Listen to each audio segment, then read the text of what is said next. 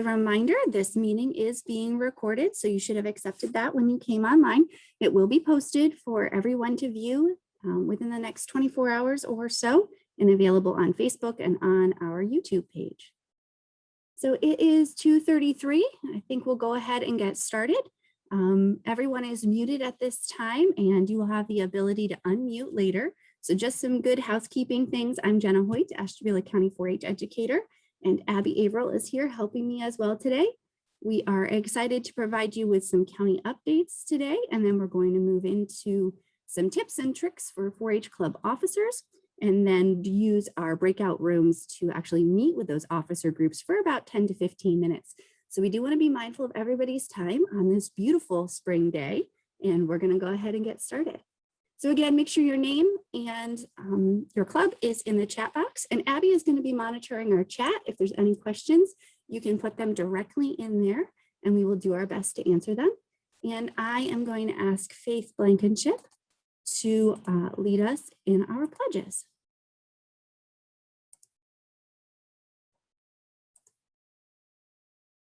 No, she didn't. Okay. I pledge. No. What?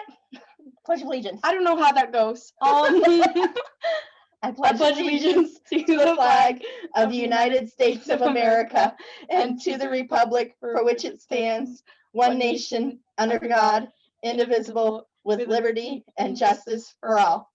Now the 4-H pledge. I pledge My head to clearer thinking, my heart to greater loyalty, my hands to larger service, my health to better living, for my club, my community, my country, and my world. Thank you.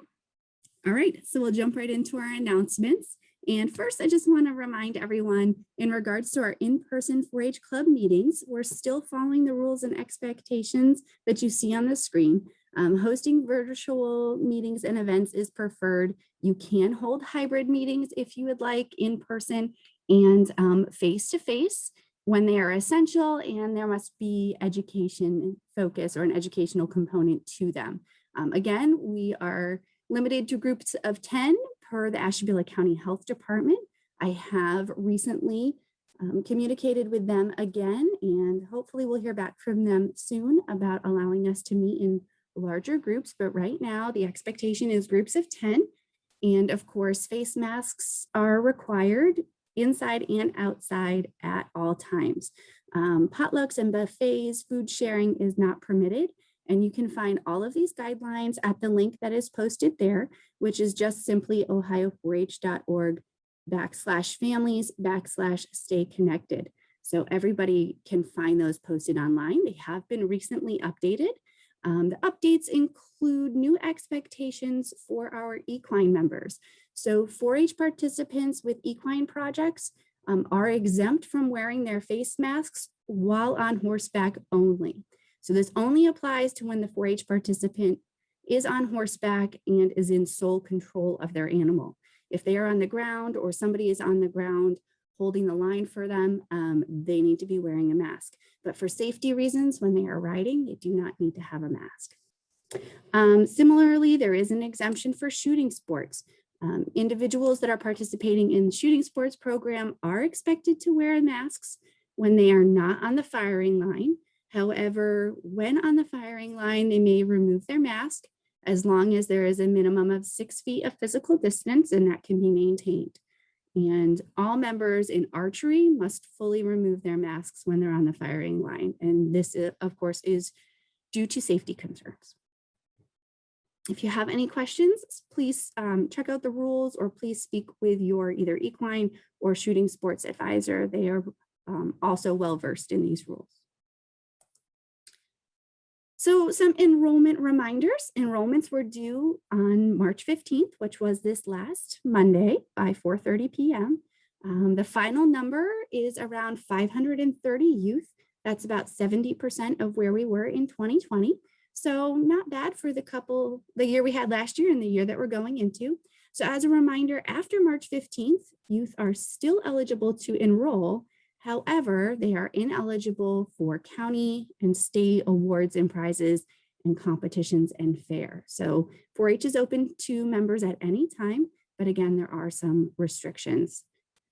If you have Cloverbud members, they should be enrolled in Project 715, which is my Cloverbud year, and we will accept any additions or corrections to 4-H projects through April 1st. So the club rosters were emailed to the primary volunteers of all 4-H clubs last week. We ask that you volunteers use that report and your report that's found in 4-H Online and submit it with a verification by April 15th to the office. We ask you submit one check for your club payment if possible.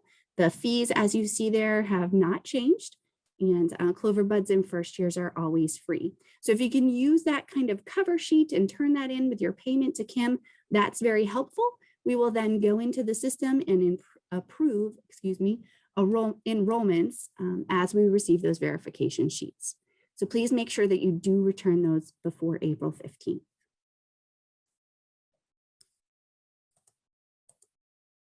Okay, project books and resources. We've had a lot of questions about these. There are still some resources that are available online for you, including the perfect stay-at-home projects, self-determined project idea starters. Those are all free, and you can find them on ohio4h.org/books resources. You can also purchase your books directly online, and there is a free shipping code on orders of $20 or more. However, it is still preferred that you order your books through the club. It is a little bit cheaper, and Kim places those orders Thursday afternoon before she leaves. Right now, books are coming in within a week, so we're pretty excited about that, and you can arrange pickup with her. Again, the office is open Mondays and Thursdays, or is staffed at that time, and other times by appointment. So you can stop in on Mondays and Thursdays and pick up your books and anything else that you may need. Okay, the office meeting room. So our downstairs meeting space is available for clubs to use. There is that $50 deposit that we ask you put down to secure the space for the year. Distancing and sanitizing and masks, of course, are expected. The Skill-a-thon kits are available and they can be used, but we ask that you sanitize them and sanitize everyone's hands in between each participant.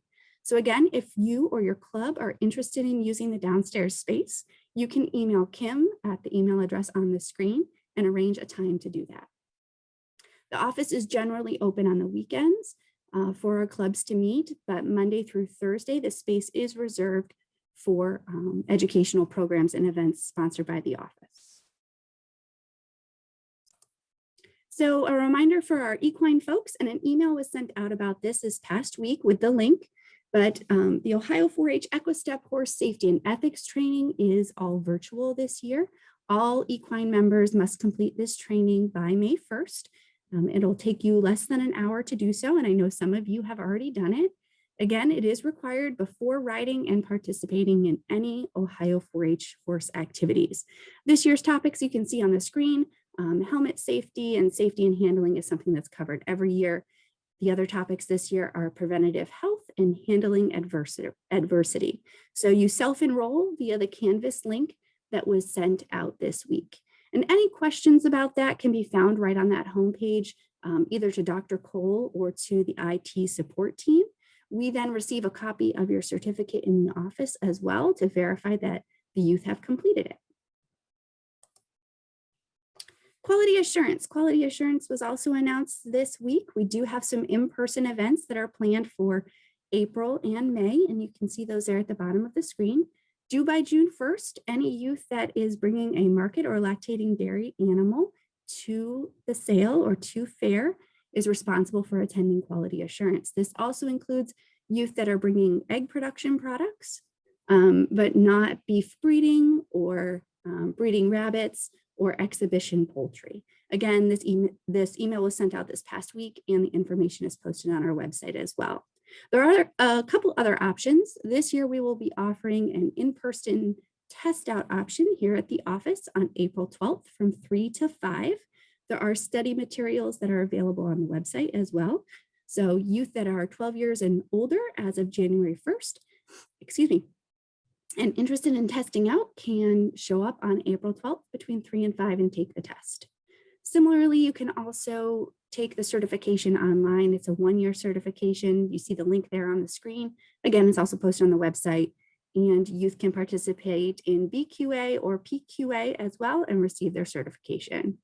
We do have other certified instructors in our county, Brian Edelman and Tom Mazzaro, and they will also be hosting trainings at PV and with their clubs as well. So if you have any questions about quality assurance, please email me and let me know. Okay, some other news. First, just a quick announcement about camp. Our camp counselors have been meeting and registration is open for 4-H Camp Whitewood for this summer. A decision is to come here in April as to how summer may look for us. And tomorrow is Ohio State's Day of Giving. So if you are looking to make a contribution to Ohio State or to 4-H Camp Whitewood, tomorrow the Ohio 4-H Foundation will match any and all donations up to $5,000 via the Buckeye Funder page. And you can see that link on the screen there. An email was sent out last week with those details, and it'll also be posted on our Facebook page this afternoon and again tomorrow as well. So we hope you will continue to support Ohio State's greatest need through the Day of Giving and support 4-H Camp Whitewood. Similarly, we are planning for a full fair with the Ashtabula County Fair Board. The fair is scheduled for August 10th through 15th. There was an email that was sent out late Friday evening in regards to the carcass show. After a lot of conversation and discussion between many different parties, processors, producers in the county, it was decided to cancel this year's carcass show. So unfortunately, due to COVID and some other limitations, we had to make the tough decision to go ahead and cancel the show for this year. We are looking at what 2022 will look like, and if people have ideas and options, please reach out to the Market Animal Committee or the Carcass Chair, Dwayne Squibbs, and let us know what those may be as we can explore them. We needed to make a decision sooner rather than later so that we can look and make sure that we're finding places for these animals to go. So again, youth have until April 1st to add drop projects. And as a reminder, only one market project can come to fair. This decision was reaffirmed by the Fair Board over the weekend as well. So that rule will not be changed for 2021. On the 4-H side of things, youth can still complete their carcass project by being home judged and taking the project directly to slaughter. So if that's something, if the youth want to remain enrolled in their carcass project, they can do that. If they want to switch projects, again, you have till April 1st. Communicate that with your club advisor, and then advisors, I ask that you let me know that as well. And we will work on helping you to find other projects. Okay. All right, so some upcoming dates and reminders. Poultry order forms are due on the 29th. A reminder was sent out to all youth with poultry projects last week. And those forms are available on the website under the Junior Fair section of the page. The 4-H Foundation and Bloom Family Scholarships are due on April 1st. On April 3rd, there's a volunteer virtual training that's being hosted by Lorain County, and many of us will be co-teaching at that event. So advisors, you should have all received that email from me about 2 weeks ago. There is a rabbit and guinea pig clinic coming up on April 11th. And I know the species chairs are also looking at plans to hold a socially distanced fun show coming up here in the spring as well. So we are looking at a judge. You know, Stephanie and I have talked about that as recently as this past week, and we're hopeful that we will be able to plan an opportunity for the youth here coming up this spring. Additionally, there's a poultry clinic scheduled for April 17th, and the Fair Board will also be hosting a cleanup day on April 17th as well, from 8 a.m. till about 4 p.m. or whenever things are done at the fairgrounds. The idea is to clean out barns and do some painting. So if you are available to come that day, or your club wants to come and do some community service, bring your rakes, bring your brooms and your work gloves, and come to the fairgrounds and help us get ready for fair. So April 17th is that date. So again, we are exploring other events and shows, but as a reminder, those do need OSU approval and an approved health plan from the health department before we can do that. So we are working kind of, if you will, behind the scenes to work on those things as well. Okay. In regards, I see a question in the chat. Do we supply painting supplies or does the club need to bring their own? Is that, and if that's in regard to the community service day, I believe the Fair Board is going to be bringing the supplies for that day. I think it was supposed to be sanitizing for when down in the basement. Sanitizing. There are some wipes that are available downstairs and there is some hand sanitizer as well. I don't know, many of you right now, I just seem to always have hand sanitizer and a bottle of wipes with me. So I would encourage you to do the same thing. If you are in a pinch and you need something, please just reach out and let us know. We do have some extras that are available as well from some of the funding from over the summer. So just let me know. Okay, other questions? Can go ahead and put those in the chat if you guys have other questions. So as a reminder, there's lots of really great resources that are posted on ohio4h.org and also on our county website. The project guidelines are posted. Emails come out weekly from 4-H Online. So if you are not receiving emails from our office every 10, 12 days, please send me an email or contact the office so that we can make sure that you are getting the information. Project announcements, reminders are all coming out through 4-H Online. You can also check out the Facebook page. There's lots of information that's posted there. And again, we do have a volunteer band as well and different band and remind pages for our animal projects too. And here's our contact information. So you can always reach out to me. If you have any specific concerns about club management, volunteer, youth development, please just reach out to me. Abby is great at answering all things regarding camp and school enrichment, ag day, and so forth. So that's kind of how our responsibilities are delineated a little bit, if you will.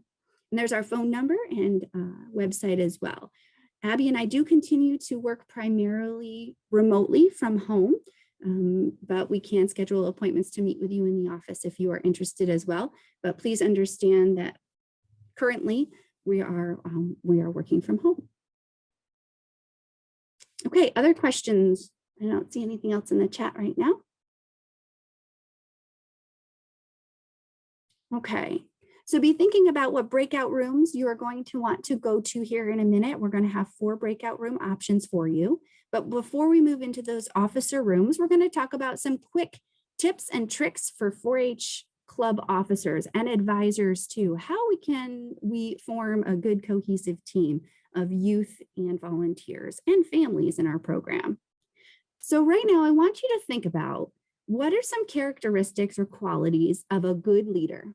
Just think about it amongst yourself or amongst your household. What are some characteristics or qualities of a good leader? Someone who is what? And I want you to, we're going to do a chat explosion. So if you remember, a chat explosion is you're going to type it in the chat box and do not hit enter until I say go. So go ahead. And if you have more than one, that's great. You can give us a couple of them too. What are some characteristics or qualities of a good leader? Type it in the chat box. Do not hit send. And we'll do a countdown from 3 to 1 here in a minute. Characteristics of a good 4-H club officer.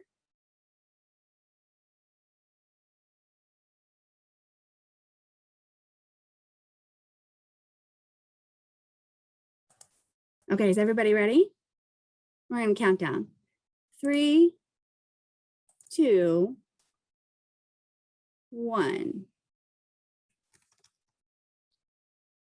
I see confidence, someone who listens and adapts, someone who's responsible. Okay. Great communication and a good listener, someone who is well organized. Nice, approachable, good on time management. Excellent. Okay, anything else? These were some of the ones that came to mind for me. Someone who's successful, helping others. Yeah, Mackenzie, trustful, positive, has good motivation, is optimistic. Okay.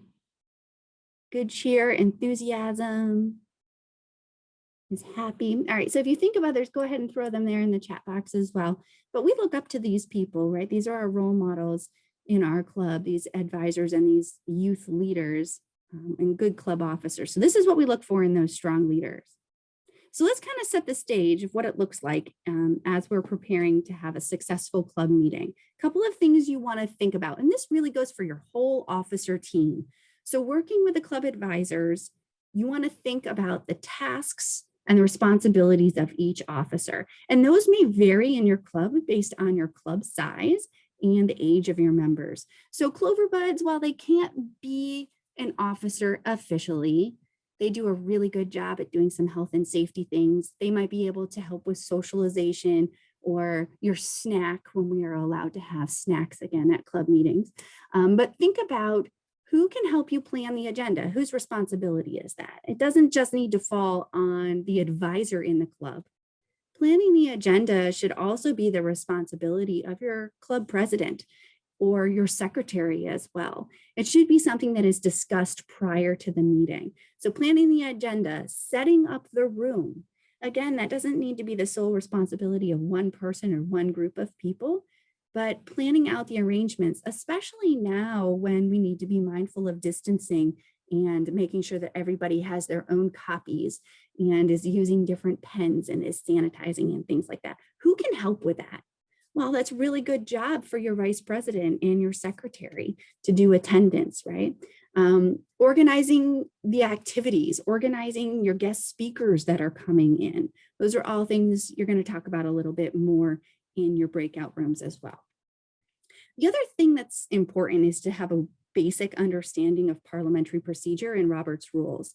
We use kind of a more relaxed version of parliamentary procedure with 4-H. Many of you are familiar with FFA and local government as well, right? They use Robert's Rules of Order if you, or some of you have been in other groups as well or school programs, but it's really important to know how to properly make a motion. I think one of the things I hear quite often from people is, I make a motion to. And Abby and I sit there and we chuckle a little bit when we hear those things, because the proper way to make a motion is I move that or to. And whatever that is. So we have some great templates that are available, some great resources, parliamentary procedure fact sheet, and there's a great little pocket guide for club officers too that I would encourage you to check out just to understand the basics. How does an agenda work? What does the meeting look like? So plan that meeting, make sure that you gather reports in advance, make sure that you have a consistent agenda, and make sure that you think about how you can successfully incorporate education, your business meeting, and that social and recreation time. So about 50% of the time that you spend together as a club should be education focused. It should be your 4-H project work. Maybe it's a guest speaker. Maybe it's actually going to the barn and working on showmanship. Maybe it's sewing your project, going through your books together. That is the education component. The business is that agenda. What do we need to approve to spend money to buy club t-shirts, or what community service project are we going to do? Those are some pretty basic business agenda items that you might have. And then social and rec, and this is so important. The other 25% of the time that we spend together should just be fun, social, and recreation. It's snack, it's kickball, it's playing games. And those of you that are doing social and rec, you'll be invited to talk with Abby a little bit more, and she's going to share some resources with you about what that looks like too. So again, make sure you have that consistent agenda. Make sure those items are put together in advance. And the best practice is to get that agenda communicated to your club members in advance of your meeting. And if that's 2 days before or a week before, whatever that works for your club, but that way people can prepare and they know what to bring. And again, how to be prepared for your time together. So send that agenda in advance and let people know what's to be expected. Similarly, you want to send out those club minutes in advance too. So if somebody missed the last meeting or their name is somewhere in there that they need to be doing something, that they can successfully plan to do that. And again, plan the physical arrangements for your meeting. What does that look like? You want to have your officers at the front of your room. You want to have everybody be able to see each other and be able to communicate in a successful way. And then make sure that you send out that connection information. And you know, I said connection information. Where are we meeting? So are we meeting at a local church right now? And we're also meeting via Zoom? And is that communicated effectively? So where have you posted it? Is it on your club Facebook page and also in their email? And maybe it's via text message. Make sure that you're using the mode of communication that works best for your club. The other thing that's really important that I didn't mention on here is community service. Community service is an expectation of all of our 4-H clubs. What are we doing to pledge our hands to larger service and give back to our local community or the community abroad too? It's an important part of our time together, and sometimes it can be educational and sometimes it can be fun. So it checks many boxes. So make sure that that's something that you're planning for too. And maybe you have a community service officer to help with that. So there's a lot of really great officer resources that we could spend a lot of time going over, available on ohio4h.org/officer resources. There are handbooks and there are videos and there are resource guides. There are templates that you can use to take minutes. The parliamentary procedure fact sheet is there. There's a pocket guide that's available. There's officer election information. And then most recently, some of our colleagues put together a great toolkit that's called Grab and Go Meeting Toolkit. And you see the Go link that's there on your screen. And on the other side there, you can kind of see a layout. It has agendas already started for you and kind of a timeline of things that you might use throughout the year. So you can use these as a sample page to kind of get you started planning your fundraisers, public speaking, and so forth. There's a lot of really good opportunities and resources that are available. All right, so are there any questions? I know I went through that really fast because I want to make sure you guys have time to go into these breakout rooms and work with some of our key leaders, our key volunteers, and get some more information, pick their brains, if you will, about what it means to be a successful officer.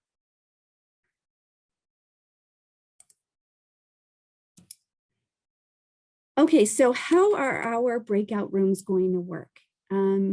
So these are the 4 breakout rooms that are going to be offered today. There's a president, vice president breakout room with Debbie Hurst, Val Stahura, and Audrey Felician.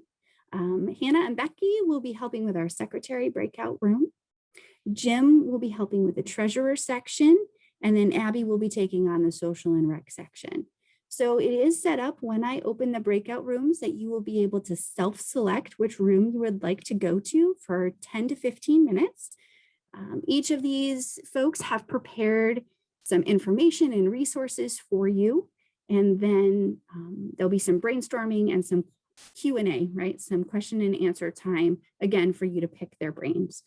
So this time is meant to be used for you to learn a little bit more about your office and your responsibilities and learn from one another. So you will have the option to self-select. If for some reason you can't do that because you are on the phone or a mobile device, please be patient with me, but you can put just type in the chat box where you'd like to go and I will help to move you into those rooms. But again, please be patient with me. Abby's going to be leading one, so I'm going to let her go into that breakout room. And you will be unmuted when you go into those breakout rooms. There we go. And the breakout rooms are not recorded, so take good notes. And we will not be coming back here at the end. So when your breakout room is done, you are free to go. Or if you want to come back and chat with me, if you have other questions, you can do that as well. So look for the breakout room box at the bottom of your screen, and we will move you there. So give us a couple minutes while we do that. I'm going to stop sharing my screen. I will open up those breakout rooms.